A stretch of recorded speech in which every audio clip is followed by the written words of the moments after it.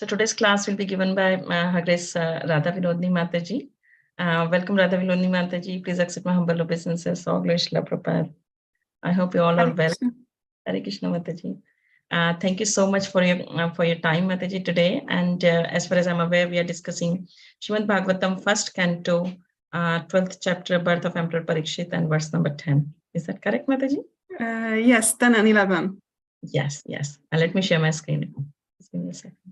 I think I can do the screen sharing because Okay. I will also use some other verses. Yeah, that's fine. Let me make you the host.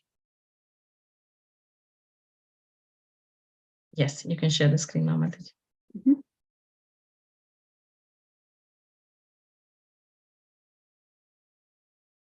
Okay. So, Hare Krishna, dear devotees, please accept my humble obeisances. All glories to Srila Prabhupada and all glories to Guru Maharaj. Thank you for joining us today. It's always so auspicious to discuss these transcendental topics. So it's an amazing verse again. It's from the Srimad Bhagavatam, Canto 1, Chapter 12. There will be verses number 10 and 11 because verse number 10 doesn't have a purport from Srila Prabhupada. So, Om Namo Bhagavate Vasudevaya, Om Namo Bhagavate Vasudevaya, Om Namo Bhagavate Vasudevaya. Astrateja Svagadaya, Niharam Ibagopati, Vidamantam Sannikashe, Paryaikshata Ityaso. Srila Prabhupada's translation of this verse. The Lord was thus engaged in vanquishing the radiation of the Brahmastra, just as the sun evaporates a drop of dew. He was observed by the child who thought about who he was. So, a reminder, now Maharaj is in the womb of his mother, and he is attacked by Ashwatthama with a Brahmastra weapon. And now the Lord Krishna, he protects Parikshit Maharaj in the womb. So next verse number 11. Vituyatad ameyatma Bhagavan dharma guptihu Mishato dashamasasya tatraivantar dadehi hari. Srila Prabhupada's translation. While thus being observed by the child, the Supreme Lord Personality of Godhead, the super soul of everyone and the protector of the righteous, who stretches in all directions and who is unlimited by time and space, disappeared at once. Srila Prabhupada's purport. Child Parikshit was not observing a living being who is limited by time and space. There is a gulf of difference between the Lord and the individual being. The Lord is mentioned herein as the supreme living being, unlimited by time and space. Every living being is limited by time and space. Even though a living being is qualitatively one with the Lord, quantitatively, there is a great difference between the Supreme Soul and the common individual soul. In the Bhagavad Gita, both the living beings and the Supreme Being are said to be all-pervading, Yena sarvam idam tatam. Yet there is a difference between these two kinds of all-pervasiveness. A common living being or soul can be all-pervading within his own limited body, but the Supreme Living Being is all-pervading in all space and time. A common living being cannot extend its influence over a common living being by its all-pervasiveness, but the Supreme Super Soul, the Personality of Godhead, is unlimitedly able to exert his influence over all places and all times and over all living beings. And because he is all-pervasive, unlimited by time and space, he can appear even within the womb of the mother of child Parikshit. He is mentioned herein as the protector of the righteous. Anyone who is a surrendered soul unto the Supreme is righteous, and he is specifically protected by the Lord in all circumstances. The Lord is the indirect protector of the unrighteous also, for he rectifies their sins through his external potency. The Lord is mentioned herein as one who is dressed in the 10 directions. This means dressed with garments on 10 sides, up and down. He is present everywhere and can appear and disappear at his will from everywhere and anywhere. His disappearance from the sight of the child Parikshit does not mean that he appeared on the spot from any other place. He was present there, and even after his disappearance, he was there, although invisible to the eyes of the child. This material covering of the effulgent firmament is also something like a womb of a mother nature, and we are all put into the womb by the Lord, the Father of all living beings. He is present everywhere, even in this material womb of Mother Durga, and those who are deserving can see the Lord. Om Jnanati Mirandasya Gyananjana Shalakaya Chakshuram Militam Yena Tasmai Shri Gurave Namaha Namo Om Vishnupadaya Krishna Prashtaya Bhutale Srimate Bhaktivedanta Swami Niti Namine Namaste Sarasvate Deve Gauravani Pracharine Nirvishesha Shunyavadi Pashyatya Deshatarine Jai Shri Krishna Chaitanya Prabhu Nityananda Shri Advaita Gadadhara Srivasadi Gaura Bhakta Vrinda Hare Krishna Krishna Krishna Hare Hare Hare Rama Rama Hare Hare Namo Vishnu Padaya Krishna Prasthaya Bhutale Srimate Candramauli Swami Niti Namine. So I remember the first time when I read this verse, I had a very interesting thought.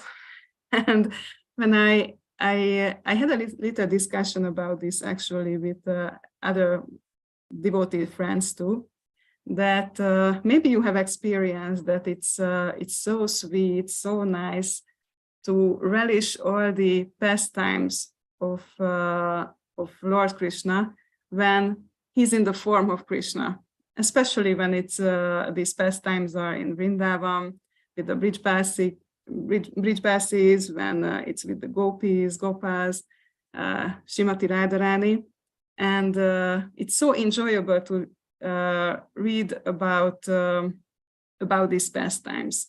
However, for example, here we can read about how all-pervasive he is. Sorry, this is a difficult word for me. So it's mostly like, hearing about how mighty Krishna is, but sometimes we feel that it's not so interesting to hear about these things because it's not so sweet as those Vrindavan pastimes. Still, we also got these stories in the scriptures, so we also have to hear about these things and have to understand these things. And it's very necessary to understand the significance of these things, because understanding these will lead us to really understand what happens actually in those pastimes, which in the beginning, we just listen to them as, as stories. And yeah, they are so nice, so sweet, but we may not really understand the deep significance and the deep meanings of those pastimes. So Krishna also speaks about this in the Bhagavad Gita, how enjoyable actually it is for devotees to hear about him, and not just, it doesn't really differentiate about what we hear about him. So for example, here is in Bhagavad Gita, chapter 9, verse 14, he says that, always chanting my glories, endeavoring with great determination, bowing down before me, this great soul perpetually worship me in devotion. So always chanting my glories. So devotees just like to chant the glories of Krishna, like to hear anything, practically anything about him, because it's connected to him. And there is another verse, it's again from Bhagavad Gita, it's chapter 10, verse 9, that the thoughts of my pure devotees dwell in me, their lives are fully devoted to my service, and they derive great satisfaction and bliss from always enlightening one another and conversing about me. So a devotee is always happy whenever he or she can hear about the Lord. And just imagine when you are in love with someone. And it's not like, oh yeah, I have this personal relationship with him or her, and I like to hear the personality, what he or she does in our personal type of reciprocation. But I'm also interested in the person's lifestyle, how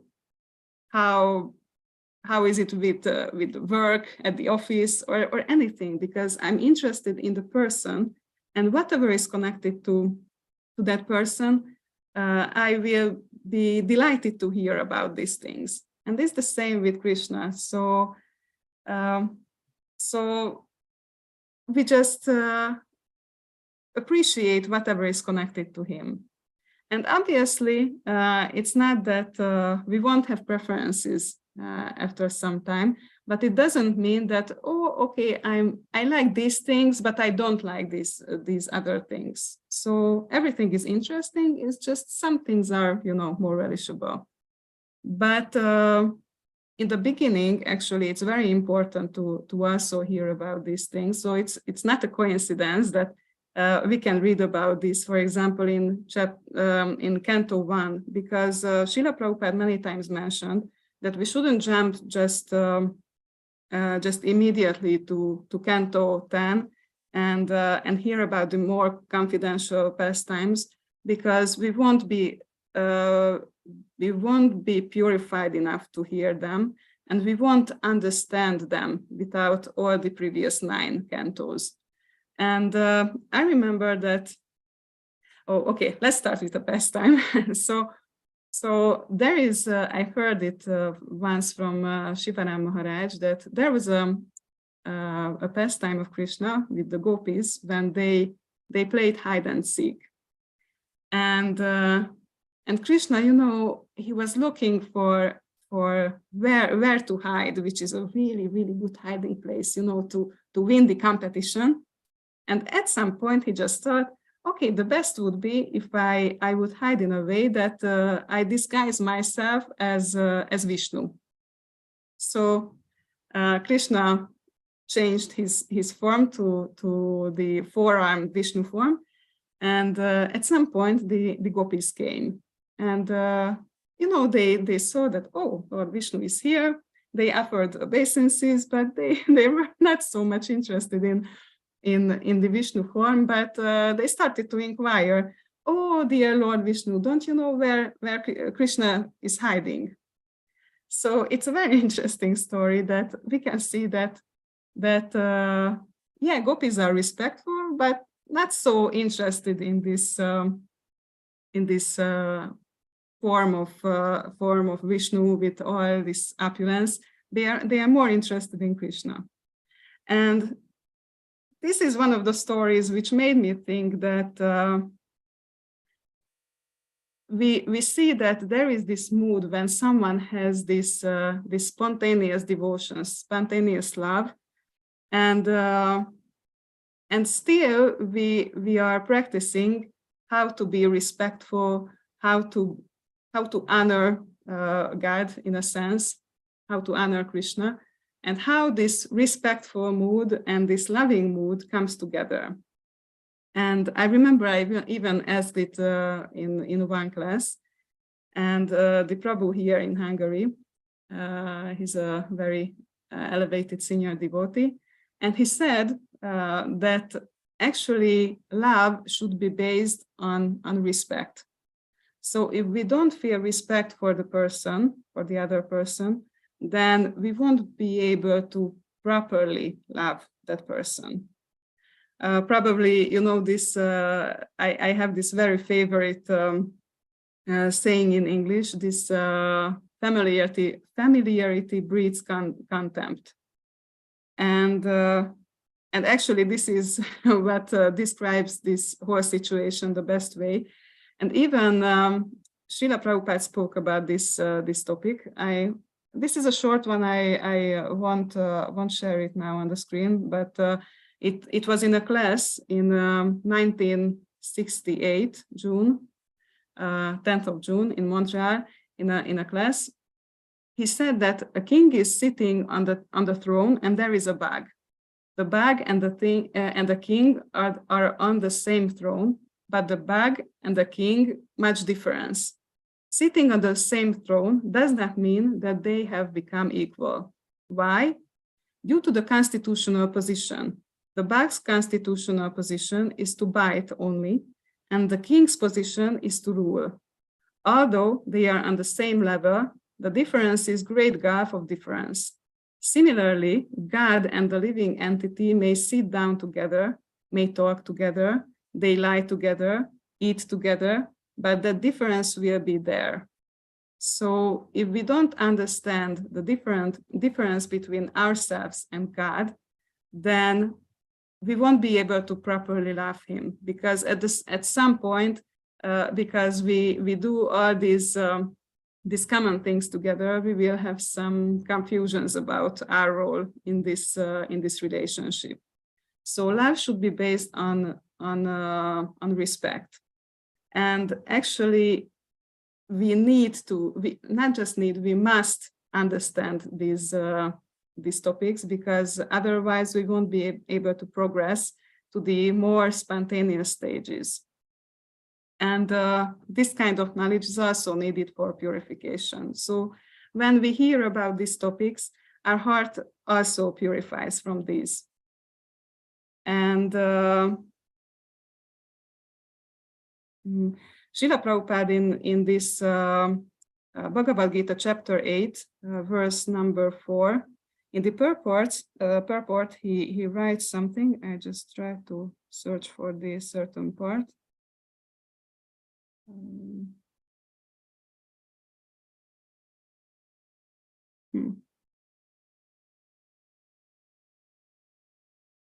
Oh, yeah, I have it. The functions, this is it. The functions of all these different manifestations of the Supreme Lord automatically become clarified for the pure Krishna conscious devotee engaged in transcendental service to the Lord. The gigantic universal form of the Lord, called Adidaivata, is contemplated by the neophyte who cannot approach the Supreme Lord in his manifestation as super soul. The neophyte is advised to contemplate the universal form, or Virat Purusha, whose legs are considered the lower planets, whose eyes are considered the sun and moon, and whose head is considered the upper planetary system. So actually, Srila Prabhupada states here that for a neophyte devotee, it's actually beneficial to contemplate on this form of the Lord, these forms of the Lord, which show how magnificent he is. And also,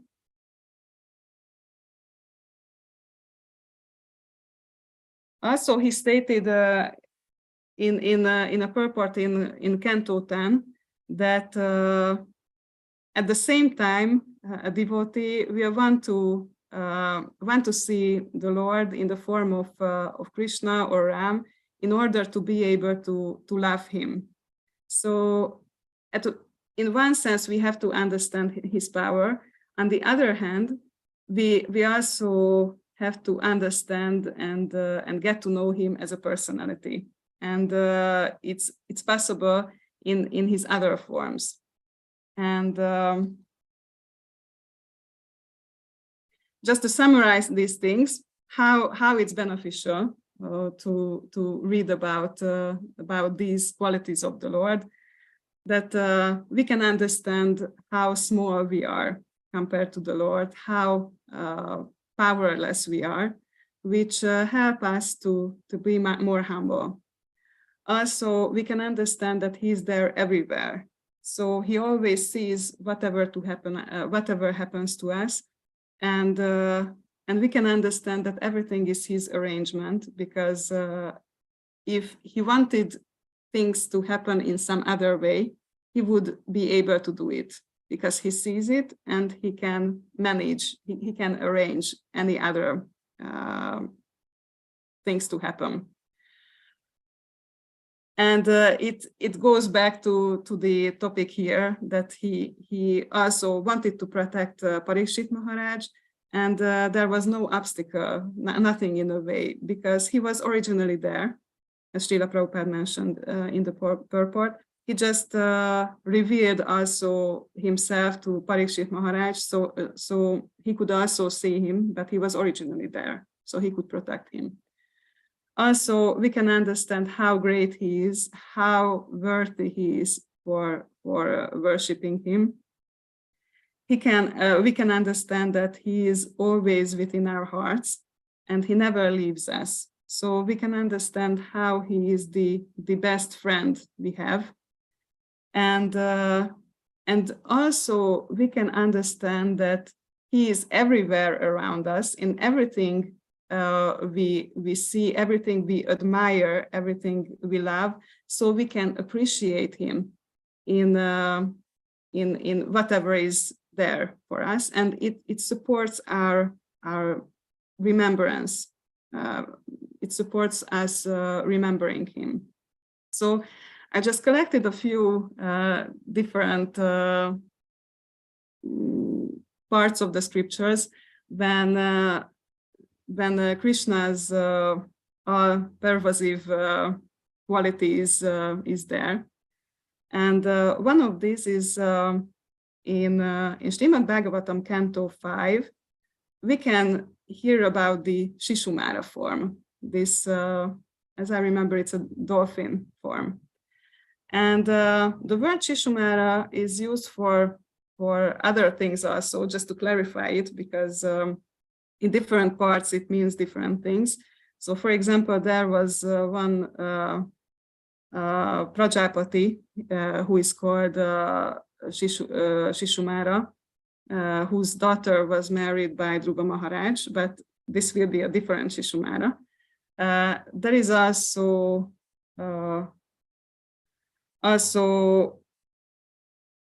actually Krishna also had an expansion called Shishumara, who was one of the Vasu's son. So it's another Shishumara. There is also a star called Shishumara, which is the abode of Lord Vishnu. So these are different things, but there is also a planetary system which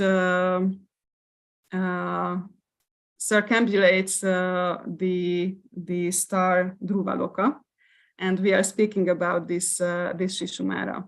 So actually, for those who worship the universal form, this Virat Purusha, it's recommended for them to meditate on this form of the Lord.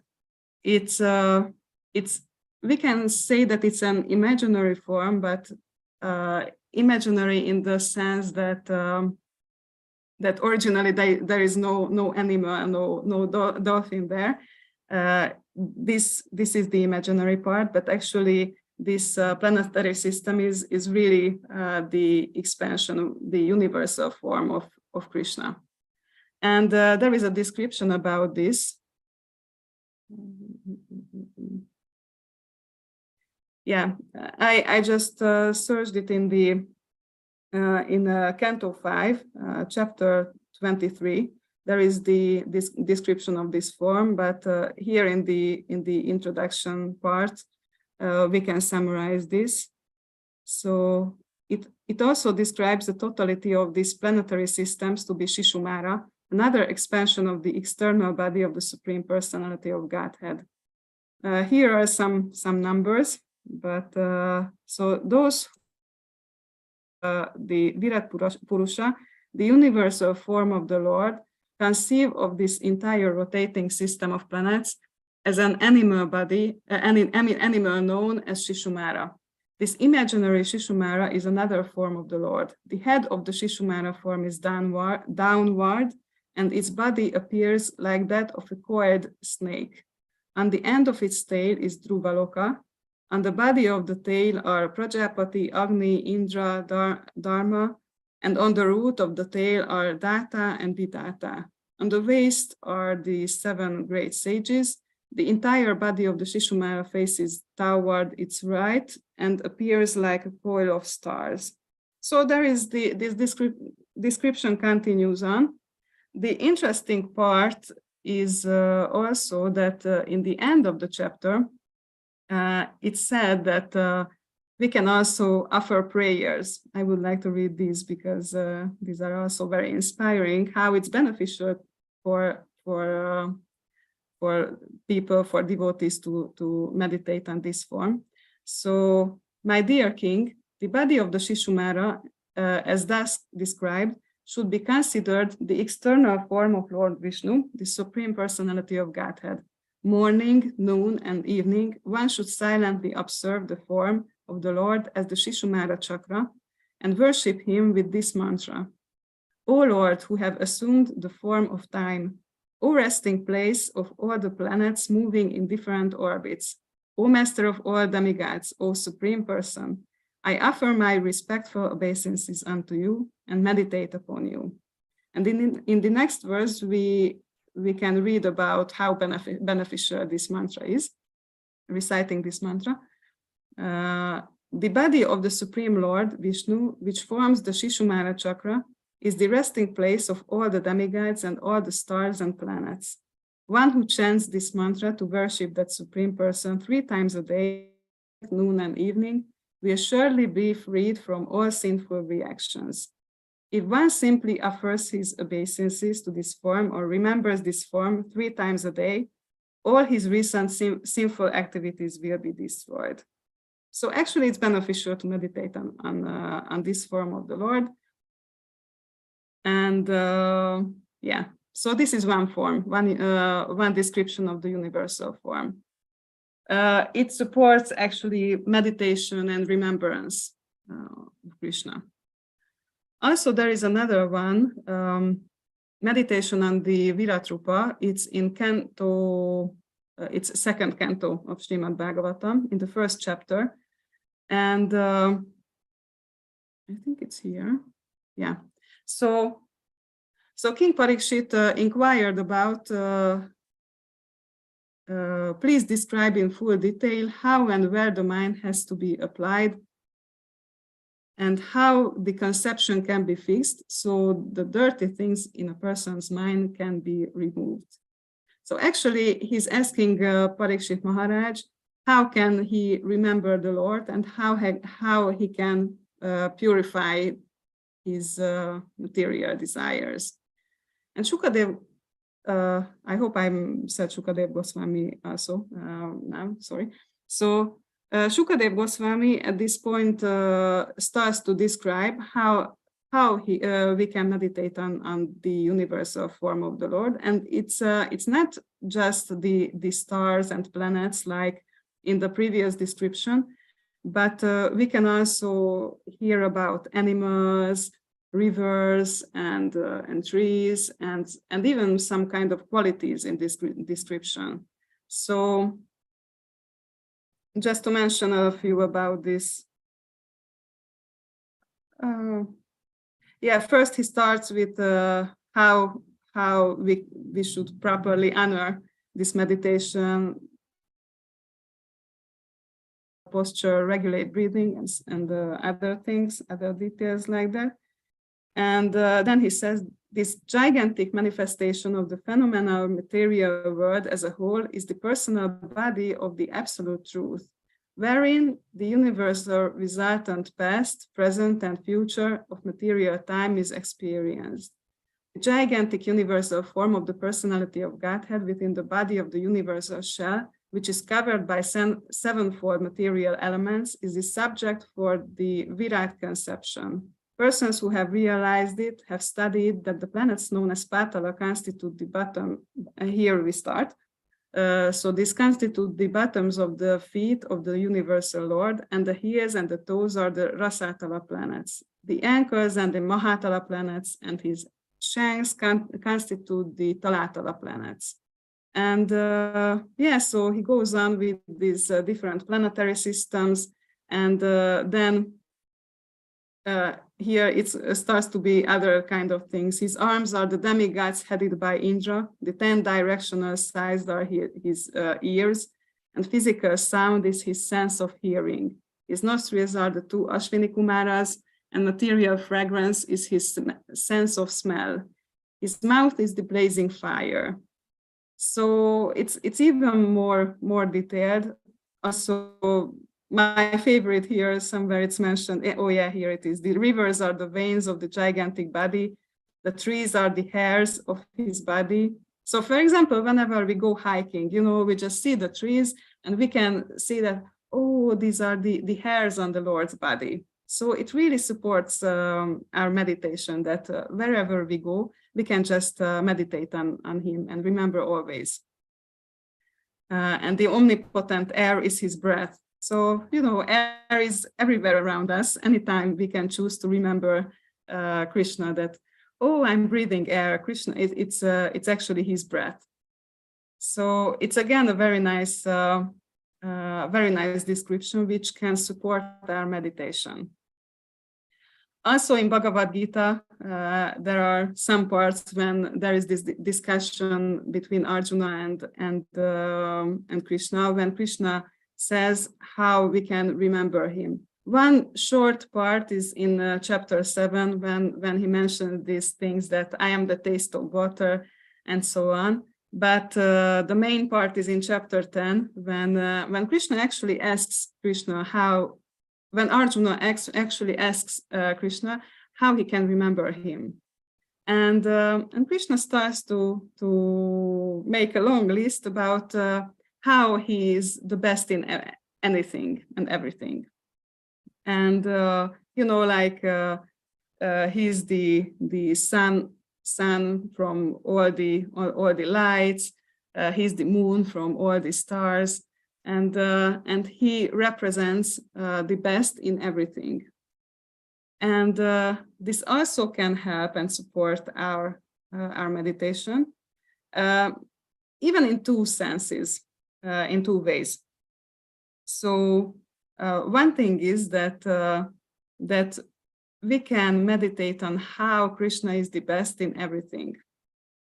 So whatever we see in the world, Krishna will be always the best. He will be the most beautiful. He will have the greatest knowledge. He will have the greatest power. He will be the most renounced, and so on. So as the definition of Bhagavan is that he is full with all the opulences, the most perfect way. So this is one way how we can approach this meditation on Krishna's qualities, how he represents the best in everything. And the other is that whatever we find valuable and interesting and beautiful around us, we can see that, okay, this is beautiful, this is interesting, this is valuable because of Krishna. Krishna makes it valuable. So this again supports our meditation. After Krishna narrated all these things in chapter 10, then, in chapter 11, Arjuna starts with, oh, you told me all this, but actually, could you show this to me? Could you show me your universal form? And then we see with our, we see through our ears what Arjuna saw when Krishna actually showed him his form.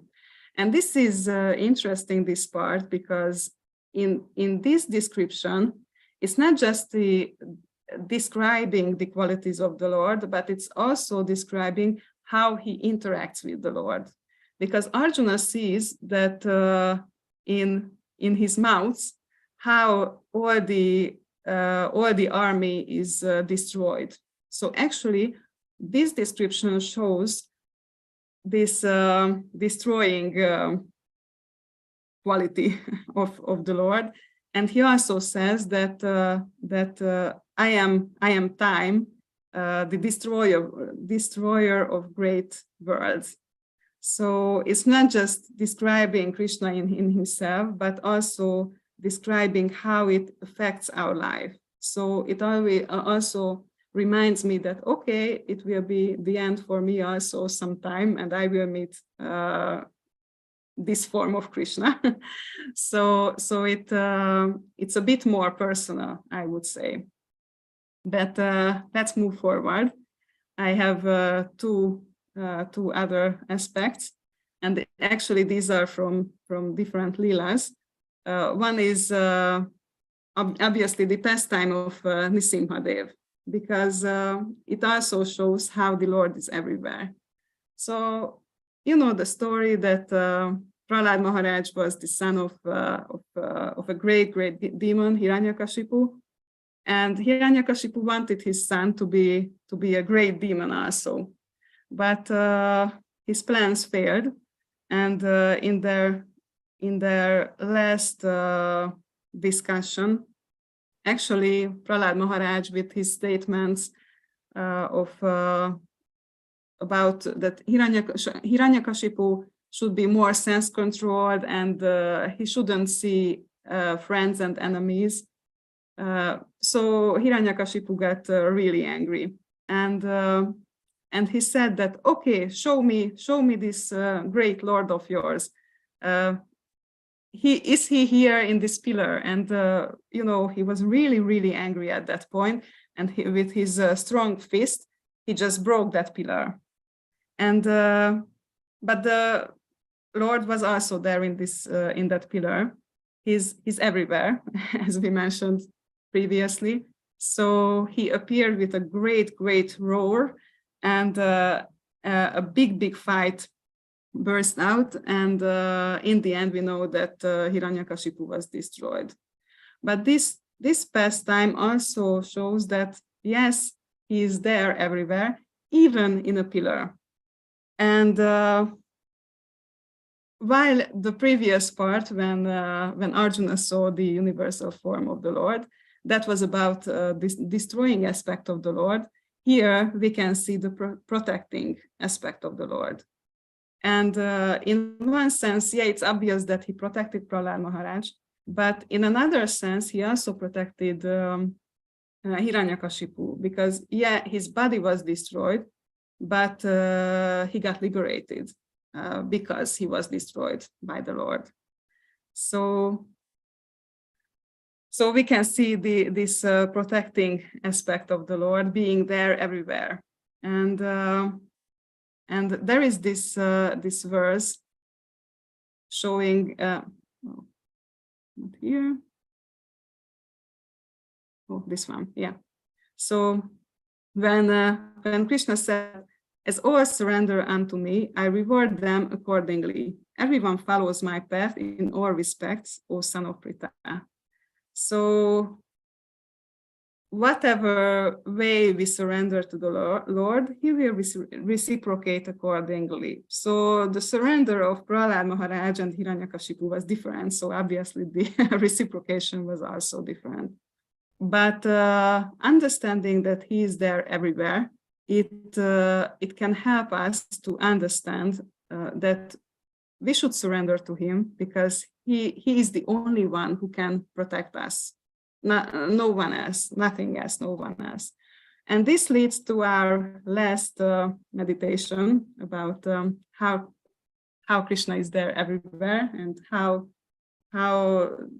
this is with his universal form. And this leads us to Vrindavan, because there was actually two pastimes when Mother Yashoda saw the whole universe in Krishna's mouth. And but before speaking about that a little bit more, maybe it would be good to understand how the bridge passes are different from us regarding this surrendering mood. because when Brijbasis are reciprocating with Krishna, they have really, really firm faith that Krishna will protect them. And they are not on a, this faith is not on a material level, because many times when we desire the protection of Krishna, we think of material protection of my body, protection of my mind, in a sense that my feelings, you know. And we have certain ideas how Krishna should protect us. But the Brijbasis are different. They have full faith that Krishna will protect them. But at the same time, if it wouldn't happen, it's also okay for them. They want the relationship with Krishna more than the protection. And that's a great difference. So the protection, the relationship with Krishna, the reciprocation with Krishna is more important for them than the protection. Just remember, there are actually, I have two favorite pastimes in this regard. One is when there is this forest fire. And imagine that there you are in the forest, there is great fire around you, and there is Krishna, and he tells you that, okay, now just close your eyes. And you can feel the heat, and oh my God, I should stay here and just close my eyes, and you know, I will be like roasted chicken. Sorry for the for the metaphor, but it will be painful and I will die. Actually, normally we would think like that. But there are the Gopas, and they just, without a question, they close their eyes. This is how great faith they have in Krishna. Also, there is this third pastime when Gopas walk into the mouth of Aghasura. And we think that Krishna's protection is if I don't die. But actually, in that pastime, the Gopas died. The pastime narrates that the Gopas died. And actually, pastime, Krishna revived them. So, you know, dying is actually in the inside of a python, you know, with acids and stuff which digest everything in its body.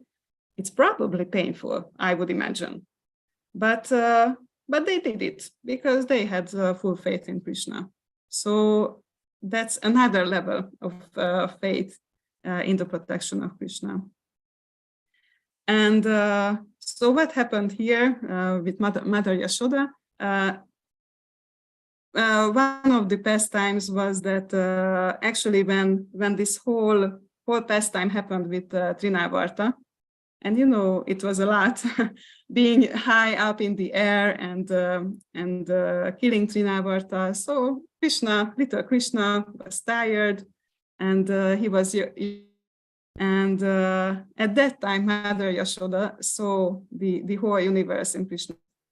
That was one occasion, and another occasion was when boys Gopas came to Mother Yashoda, that oh, Mother Krishna is eating dirt.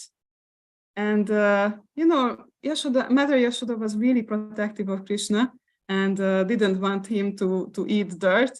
So he just told that, oh, Krishna, I heard that you ate dirt.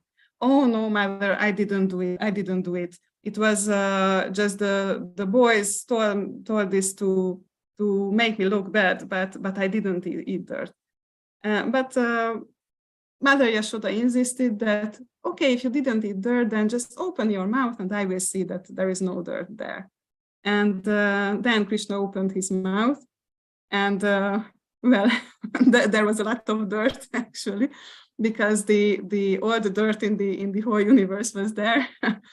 And Mother Yashoda could see all the universe, all the planets, the stars, even herself with Krishna in his eyes. And in two different parts of Srimad Bhagavatam, there were two interesting points about this regarding devotees. That one point was that by the mercy of the Lord, the devotees can also see everything which the universe consists of in the mouth of the Lord.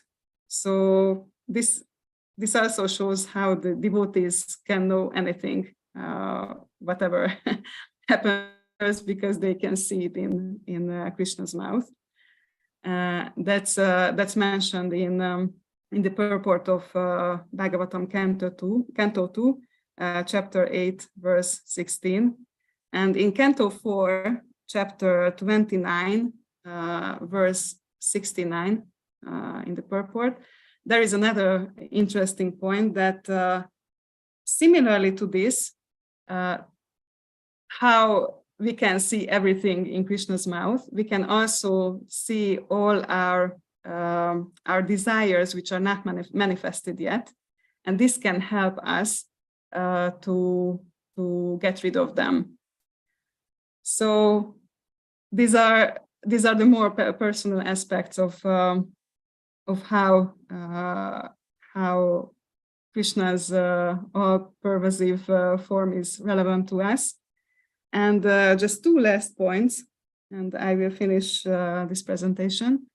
One is that we should understand that whenever we want to build a relationship, in the beginning, there has to be some kind of, I think impetus is the right word for that, but something that's interesting for us in the other person.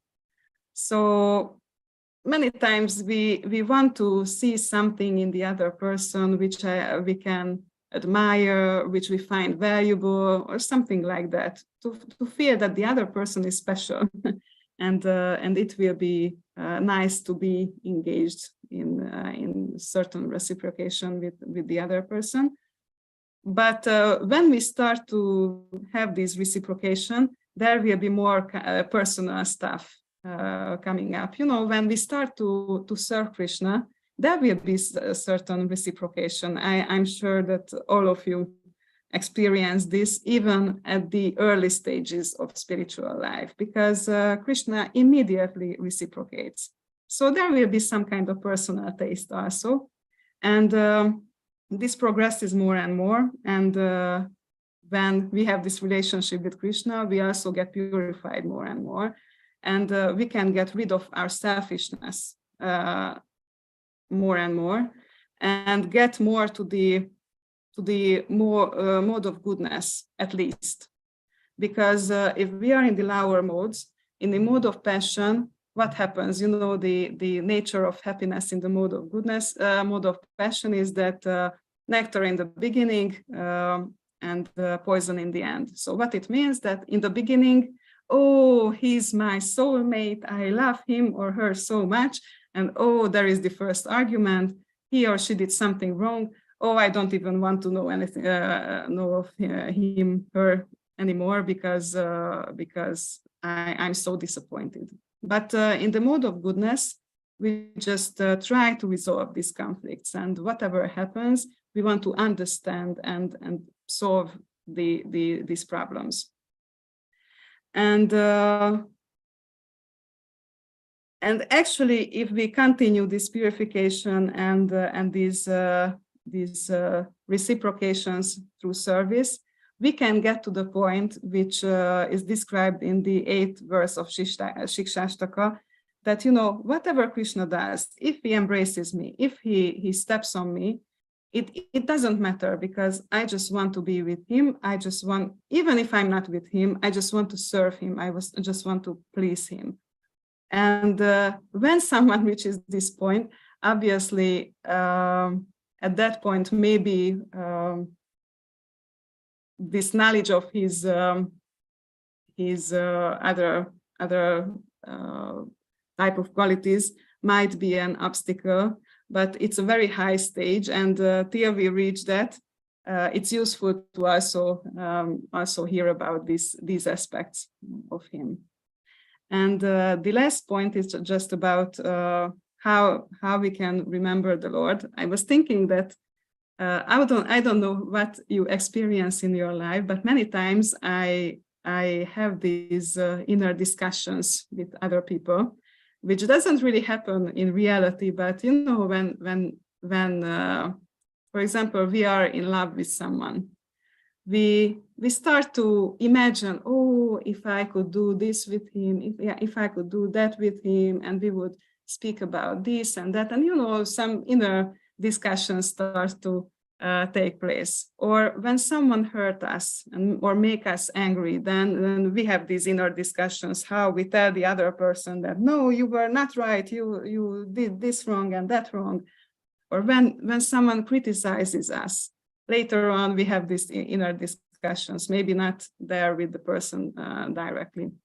And I was just thinking that we have all these inner discussions, but how many times we could actually have inner discussions with Krishna?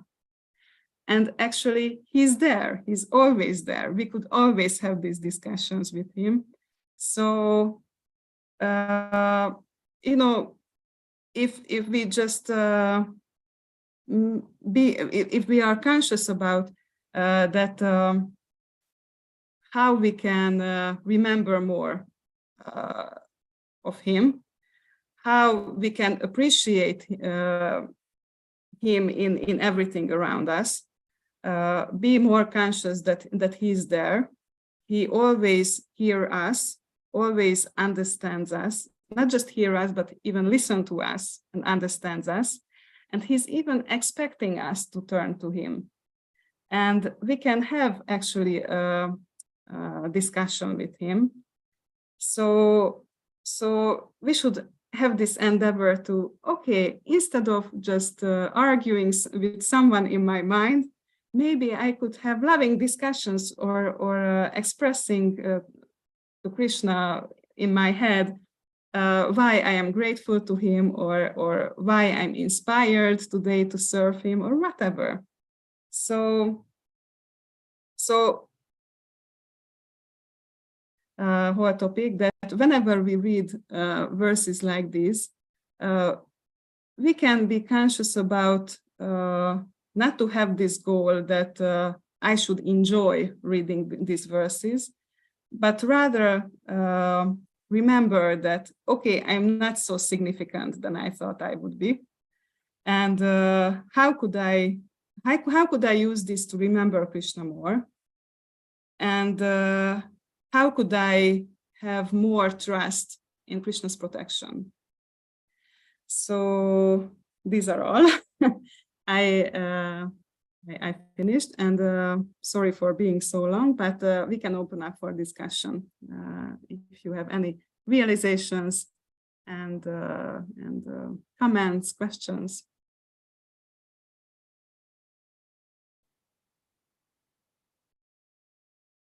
Jai. Thank you so much, Mataji. It was very nice and deep class. So as far as I remember, it was very nice and deep, and I was trying to keep my focus on. You started with the form of the Lord in Uttara's womb, and then you went to describing us the form of Shishumara, and then Hiranyakashipu's pastime, and then you took us to Vrindavan and explained two beautiful pastimes of Krishna and on the forest fire, and Mother Yashoda seeing the dirt in Krishna's mouth. And then you explained us how does Krishna reciprocate. And at the end, the nectar was so beautiful at the end when you explained that, we should always have the inner discussions with Krishna. So it was very, very nice and deep and beautiful class, Mataji. Thank you ever so much. Devotees, if you have any questions, comment, realization, please open up, ask, and it will be nice to take your darshan. So if you can keep your cameras on, please. Thank you. Hare Krishna. Hare Krishna, Radha Vinodini. Thank you for your lecture. It was a very nice lecture. Thank you so much. Very informative. Thank you. Thank you. Hare Thank Krishna. you for joining. Thank you.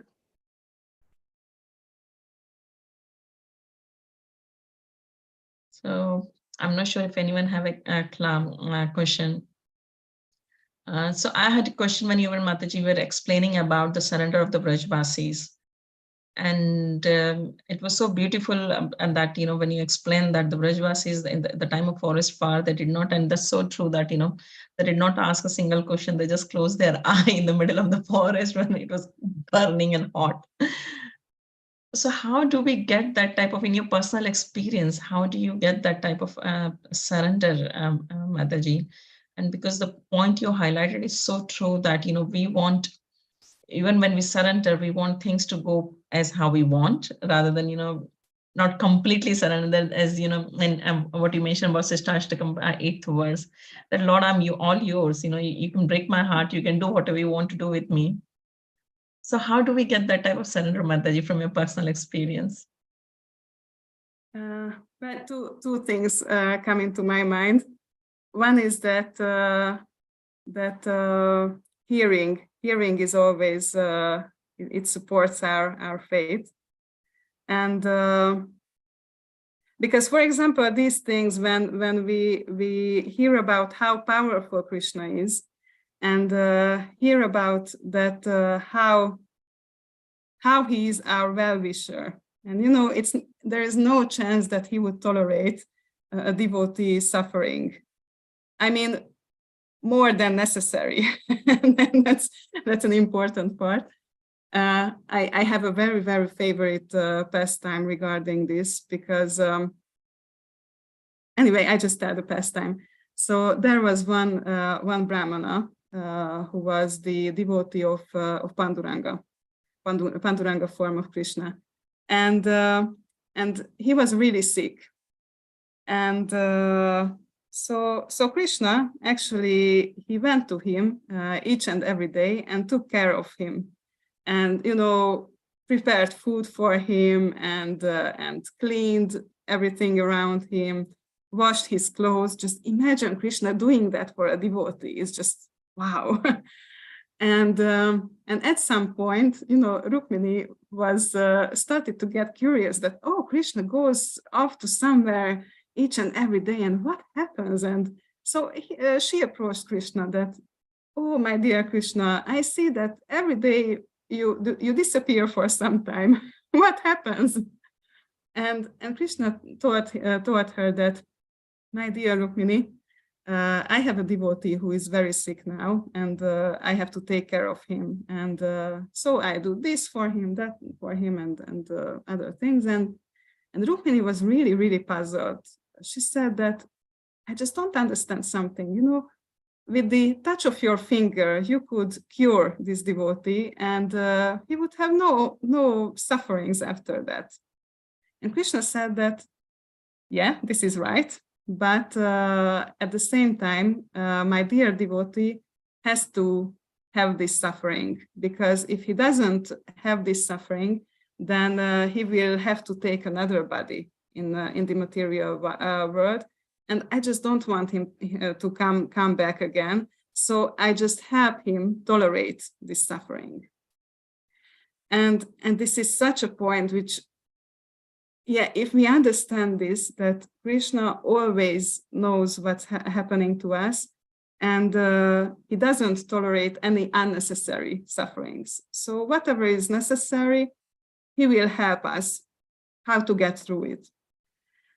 So this is one point, and another point is I've heard this lately. That's why I remember Shivaram Maharaj mentioned this about he has a seminar, a 5 classes seminar about surrendering.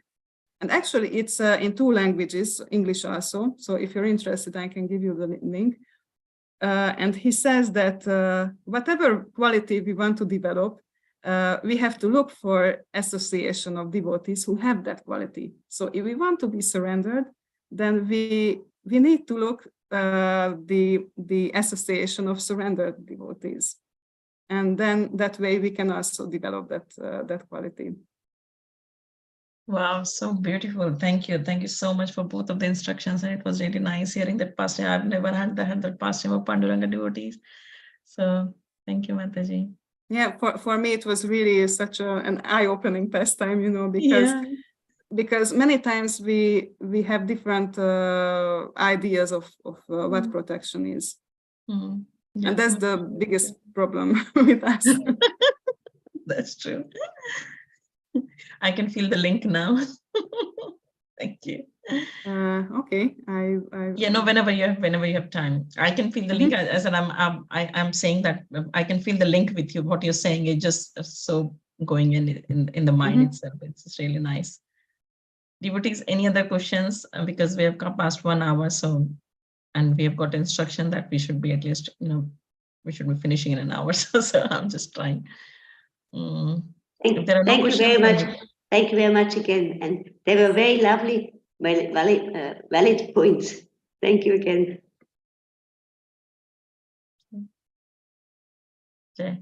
Thank you so much. I actually have the link now. So yes, please, if you can paste it. If you can paste it in the. It's in the chat box. It's already the fourth. I think is the part 4, but it's there is a playlist actually, so you can check out the previous ones also. Yes, sure. Okay, perfect. Thank you so much. Thank you. Thanks for sharing it. Perfect. If there are no other questions, then we can close the day today. I'll pause.